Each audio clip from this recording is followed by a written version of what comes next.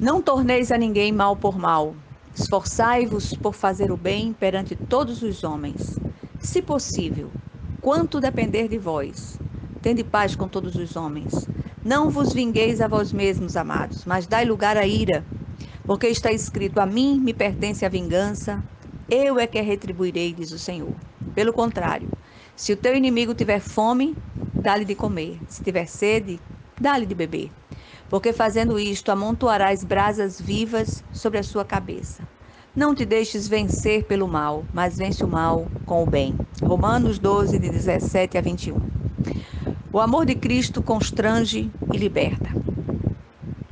Certa vez, ouvi de um velho pregador que relacionar-se é atritar-se.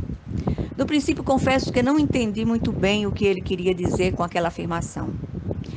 Depois descobri que o atrito ao qual ele se referia não apontava para brigas ou litígios, mas a um esmerilhar-se mutuamente.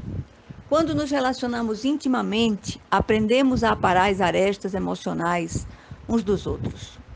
E quando enxergamos nessa perspectiva, as situações assumem certo caráter didático, com muito mais leveza. Aqui não cabem os melindres, explico. Lidar com os temperamentos não é tarefa fácil, mas quando enxergamos o temperamento do outro como um formão de Deus para esculpir o nosso próprio temperamento, as coisas se tornam, não digo mais fáceis, mas menos difíceis.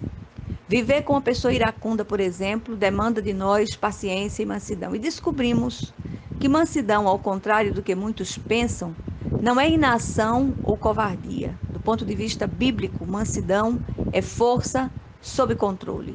Moisés é considerado o homem mais manso que viveu sobre a terra. Contudo, na hora certa, soube agir com firmeza.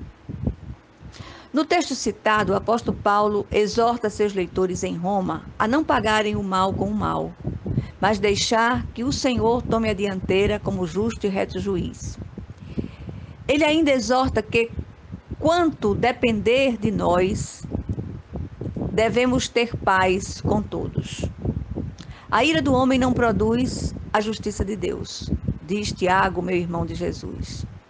Não devemos nos vingar de quem nos causou o mal, mas devemos dar lugar à ira de Deus. A Ele pertence a vingança, Ele é o Senhor, e retribuirá a cada um segundo as suas obras. E aqui ele vai ao extremo desse esmerilhar-se, ordenando que se o inimigo tiver fome, devemos lhe dar de comer, e se tiver sede, devemos lhe dar de beber. E ele completa seu ensino dizendo: porque fazendo isto, amontoarás brasas vivas sobre a sua cabeça. Não te deixes vencer pelo mal, mas vence o mal com o bem. Amor constrange e liberta.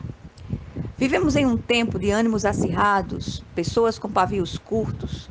As pessoas se enfurecem e brigam por tudo e por nada, explode-se com a maior facilidade, todos vivem sempre na defensiva.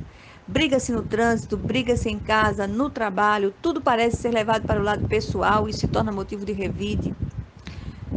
O texto diz: se possível, no que depender de vós, tende paz com todos os homens. Contudo, essa paz nem sempre depende de nós. E o que fazer quando isso acontece? Usar a mansidão, aquela força sob controle, para a qual o Senhor tem nos treinado. Mansidão e domínio próprio precisam andar juntos. Aqui, uma boa recuada é sinal de valentia, como diz o velho e sábio adágio. Na maioria absoluta das vezes, é melhor ter paz que razão. Perdão é a palavra-chave para a libertação. Quando armazenamos a mágoa, deixando que ela se transforme em raiz de amargura, envenenamos a nossa própria alma. Devemos liberar o perdão sobre os ofensores. Façamos isso muito mais por nós que pelo outro.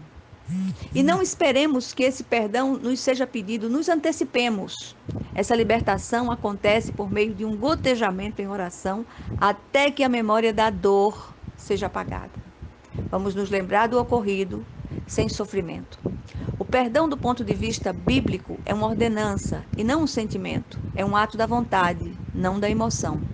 Ao perdoar, decidimos tirar o lixo dos porões da nossa alma. Todo relacionamento tem como viga mestra o perdão. O maior escravo é aquele que não perdoa. Deixemos que o Senhor esmerilhe as arestas dos nossos temperamentos, usando o formão santo dos temperamentos daqueles que se relacionam conosco.